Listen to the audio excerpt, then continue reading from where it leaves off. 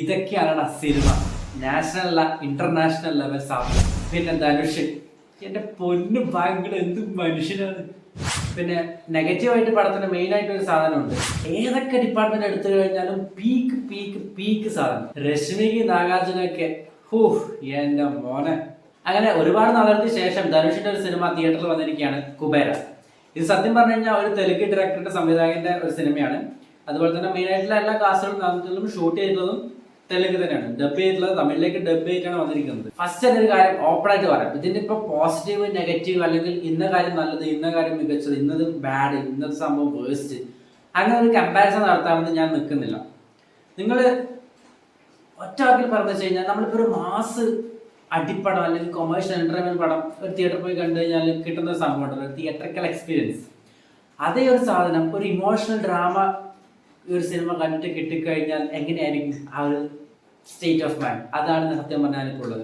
തുടക്കത്തിൽ നമ്മൾ പറഞ്ഞതുപോലെ തന്നെ ഇതൊരു തെലുങ്ക് സംവിധായകന്റെ സിനിമയാണ്. അപ്പോൾ എന്തിനാണ് ഒരു തെലുങ്ക് സംവിധായകൻ ഒരു തമിഴിലുള്ള ഒരു കോളിവുഡിലുള്ള ഒരു ടയർ ടൂലുള്ള അത്രയും സ്റ്റാർട്ടത്തിൽ നിൽക്കുന്ന ഒരാളെ കാസ്റ്റ് ചെയ്തിട്ട്, അല്ലെങ്കിൽ എന്താണ് കാസ്റ്റ് ചെയ്തിട്ടുള്ളത് എന്നുള്ളത് സിനിമ കാണുമ്പോൾ നിങ്ങൾക്ക് മനസ്സിലാവും. എന്റെ പൊന്ന് ധനുഷ്, നിങ്ങൾ എന്ത് മനുഷ്യനാണ് പോയി. ഇത് ഞാൻ പറയട്ടെ, ഇന്ത്യയിൽ വേറൊരു നടനും, ഇങ്ങനെ ഒരു സ്ഥാനമുള്ള വേറൊരു നടനും ഈ ഒരു റോള് ചെയ്യൂല. അതുകൊണ്ട് തന്നെയാണ് പുള്ളി ധനുഷിനെ തന്നെ അതിൽ കാസ്റ്റ് ചെയ്തിട്ടുള്ളത്.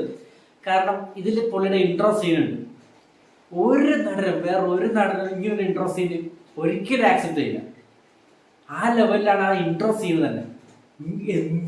ഞാൻ പറയട്ടെ, ഈ ധനുഷിന്റെ ആക്ടിങ്ങിന് ഒരു പ്രത്യേകത. എടാ, ഇത് നാഷണൽ ഇന്റർനാഷണൽ ലെവൽ നമുക്ക് കാണിച്ചു ഒരാളെ പിടിച്ചിട്ട് നമ്മൾ ഓസ്കാർ ബേർത്ത് പെർഫോമൻസ് ഒക്കെ വന്ന് നമ്മൾ ഒരു സിനിമ കാണിച്ചു കൊടുക്കുമല്ലോ, ഇന്ന പെർഫോമൻസ്, അതുപോലെ കാണിച്ചു കൊടുക്കാൻ പറ്റിയ ഒരു നാഷണൽ ലെവൽ സാധനം. ആ ഒരു ലെവൽ പെർഫോമൻസ് ഈ പുള്ളിയുടെ പെർഫോമൻസിന്റെ അല്ലെങ്കിൽ ധനുഷിന്റെ ഒരു ആക്ടിങ്ങിന് ഒരു പ്രത്യേകത ഉണ്ട്.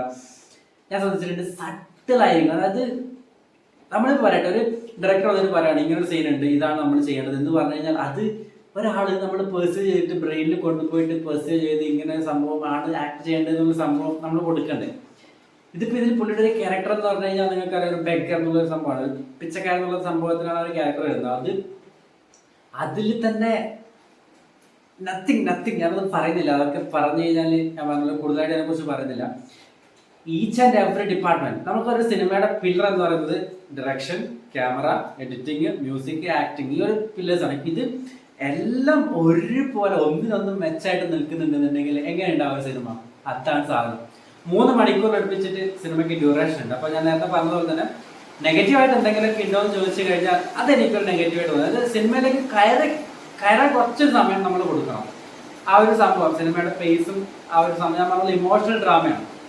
അപ്പോൾ നമുക്കറിയാലോ എങ്ങനെയൊക്കെ ആയിരിക്കും, എന്തൊക്കെയായിട്ട് ഇതിൽ കിട്ടുന്നത്. അപ്പോൾ അതിലേക്ക് കയറാൻ കുറച്ച് സമയം എടുക്കുന്നത് കൊണ്ട് തന്നെ അതിൽ കുറച്ചൊരു ലാഗ് വരുന്നുണ്ട്. അപ്പോൾ ആ ഒരു ലാഗ് ഫീൽ ചെയ്യുന്നത് കുറച്ചുകൂടി ഒന്ന് ട്രിം ചെയ്തിട്ട് കുറച്ചുകൂടി ഒന്ന് ഷോർട്ട് ആക്കിയിട്ടുണ്ടെങ്കിൽ കുറച്ചുകൂടി ബെറ്റർ ആവുന്നത്. എന്ന് വെച്ച് കഴിഞ്ഞാൽ ദിസ് ഈസ് നോട്ട് ബാഡ് എന്നല്ല, അത് നിങ്ങൾ മനസ്സിലാക്കാം.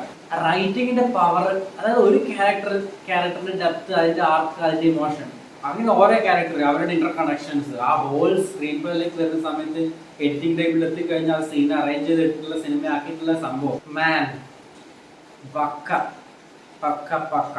ചിലപ്പോൾ നിങ്ങൾ പോയി കണ്ടു കഴിഞ്ഞാൽ നിങ്ങൾ വിചാരിക്കും ഇതിന് മാത്രം എന്തൊക്കെയാണെന്നുള്ളത് ചിലപ്പോൾ നിങ്ങൾക്ക് തോന്നാം. ഞാൻ പറഞ്ഞ പോലെ തന്നെ എനിക്ക് തോന്നിയിട്ടാണ് ഞാൻ പറഞ്ഞത്. DSP ആണ് മ്യൂസിക് ചെയ്തിരിക്കുന്നത്. ഇതിന്റെ സംവിധായകൻ ശേഖർ കമ്മുല എന്നുള്ള പുള്ളിയുടെ പേര്. പുള്ളിയുടെ ഫിലിമോഗ്രഫി എടുത്തു കഴിഞ്ഞാൽ കാണാം, തെലുങ്കിൽ ഫേമസ് ആയിട്ട് ഡയറക്ടറാണ്. അത് കൊമേഴ്ഷ്യൽ പടങ്ങൾ ചെയ്യുന്ന ഒരാളല്ല, ഇത്തരത്തിലുള്ള സിനിമകൾ ചെയ്യുന്ന ഒരാളാണ്. പിന്നെ സിനിമാഗ്രാഫി ആയാലും മ്യൂസിക് DSP ഒക്കെ പക്ക സാധനം. അതായത് ഒരു സീനിൽ, ഒരു ഷോട്ടിൽ എന്താണ് നമ്മൾ ആ സീൻ കൺവേ ചെയ്യുന്ന ഇമോഷൻ, അത് മ്യൂസിക് വഴി എങ്ങനെ കൊടുക്കാം, അതിൽ പക്ക ആ വീടേണ്ട സ്ഥലത്ത് വീണിട്ടുണ്ട് എന്നുള്ള പറയുന്നില്ല, അത് തന്നെ. അങ്ങനെ മൊത്തത്തിൽ ഒരു ഇതാണ് സിനിമ എക്സ്പീരിയൻസ് ആണ് എനിക്ക് കുബേര തന്നിട്ടുള്ളത്. ഈച്ച് ആൻഡ് എവറി ഡിപ്പാർട്ട്മെന്റിൽ എടുത്തു കഴിഞ്ഞാലും ഇത്. പക്ഷെ ധനുഷിന്റെ മോനെ പുള്ളി ഒരു രക്ഷയില്ല സംഭവം. അതുപോലെ തന്നെ മെയിനായിട്ട് നാഗാർജുനയും രശ്മിക്കാണ് ഇതിൽ ബാക്കിയുള്ള റോളായിട്ട് മെയിനായിട്ട് വരുന്നത്. അവരും ചെയ്തിട്ടെന്ന് പറഞ്ഞാൽ രശ്മിക്കൊക്കെ എനിക്ക് തോന്നുന്നത് നല്ല രീതിയിൽ ആക്ടിങ് സ്കില്ലുള്ളവരാണ് എല്ലാവരും. നാഗാർജുനായാലും രശ്മിയൊക്കെ ആയാലും ഒരു ഡയറക്ടർ വന്നിട്ട് എനിക്ക് നിങ്ങളിൽ നിന്ന് ഇന്നതാണ് വേണ്ടത് എന്ന് പറഞ്ഞു കഴിഞ്ഞാൽ അത് പ്രൊവൈഡ് ചെയ്യാൻ പറ്റുന്ന ഒരു ആക്ടേഴ്സ് തന്നെയാണ്, അല്ലെങ്കിൽ ആക്ട്രസ് തന്നെയാണ് രശ്മിക്കും എല്ലാം, സത്യം പറഞ്ഞു കഴിഞ്ഞാൽ.